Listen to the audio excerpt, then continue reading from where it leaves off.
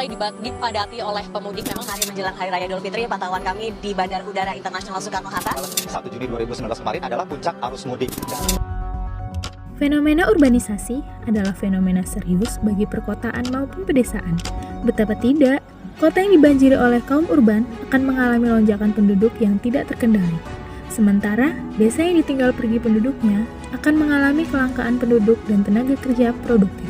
Persebaran penduduk yang tidak merata antara desa dengan kota akan menimbulkan berbagai masalah sosial kemasyarakatan.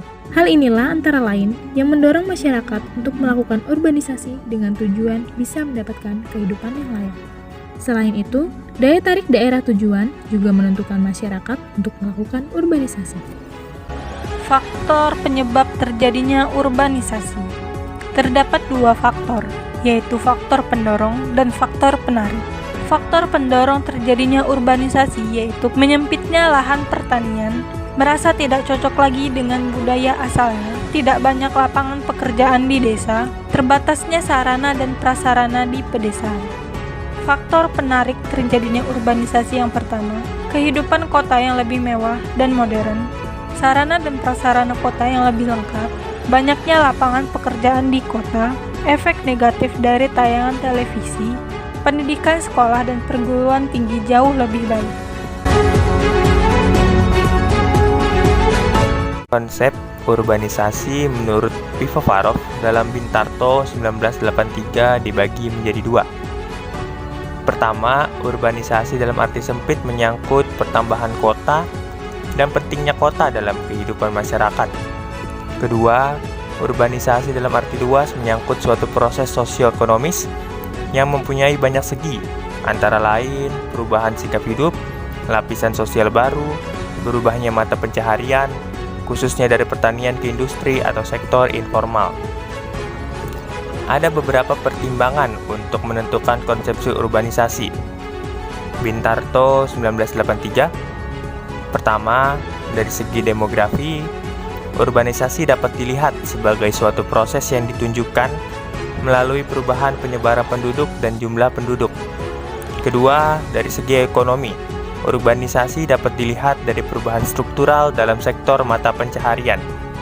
Ketiga, dari pandangan seorang ilmuwan, perilaku urbanisasi dapat dilihat dari segi bagaimana manusia dapat menyesuaikan diri terhadap situasi yang berubah-ubah, baik yang disebabkan oleh perkembangan teknologi maupun oleh perkembangan baru dalam kehidupan. Dan yang keempat, dari sudut pandang geografi, urbanisasi dapat dilihat dari segi distribusi dan perubahan tempat. Menurut Dalyoni 1987, urbanisasi menyangkut proses menjadi kawasan perkotaan, migrasi masuk kota, berubahnya pangubah jiwa dari bertani ke yang lain, dan menyangkut perubahan dalam pola perilaku manusia. Dampak positif dari urbanisasi sendiri adalah 1. Struktur ekonomi menjadi lebih bervariasi. Timbul bermacam-macam usaha, antara lain transportasi, perdagangan, bermacam usaha di bidang jasa, dan lain-lain. Kedua, berkembangnya usaha di bidang wira swasta seperti peternakan ayam, burung puyuh, kerajinan tangan, pariwisata, dan lain-lain. Yang ketiga, berkembangnya bidang pendidikan mulai dari sekolah dasar sampai ke perguruan tinggi. Yang keempat, meluasnya kota sampai ke pinggiran kota sehingga transportasi menjadi lebih lancar. Yang kelima, meningkatnya harga tanah baik di kota maupun pinggiran kota. Yang keenam, berkembangnya industrialisasi sebab tenaga kerja murah. Pasaran meluas sehingga industri cenderung lebih berkembang.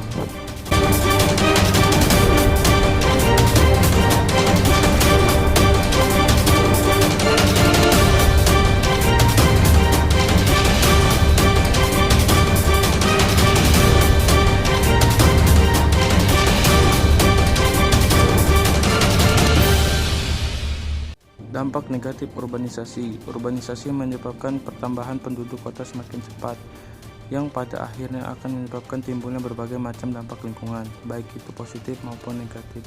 Pada kesempatan ini, kita akan membahas apa saja dampak-dampak negatif urbanisasi terhadap lingkungan. Yang pertama, berkurangnya ruang terbuka. Yang kedua, masalah pencemaran air, termasuk industri air laut pada daerah pantai. Yang ketiga, masalah transportasi dan pencemaran udara. Yang keempat, pencemaran udara akibat industri. Yang kelima, masalah sampah. Keenam, menurunnya kebersihan dan kesehatan lingkungan. Ketujuh, pencemaran daerah pantai. Dan yang terakhir, masalah pendidikan dan lingkungan.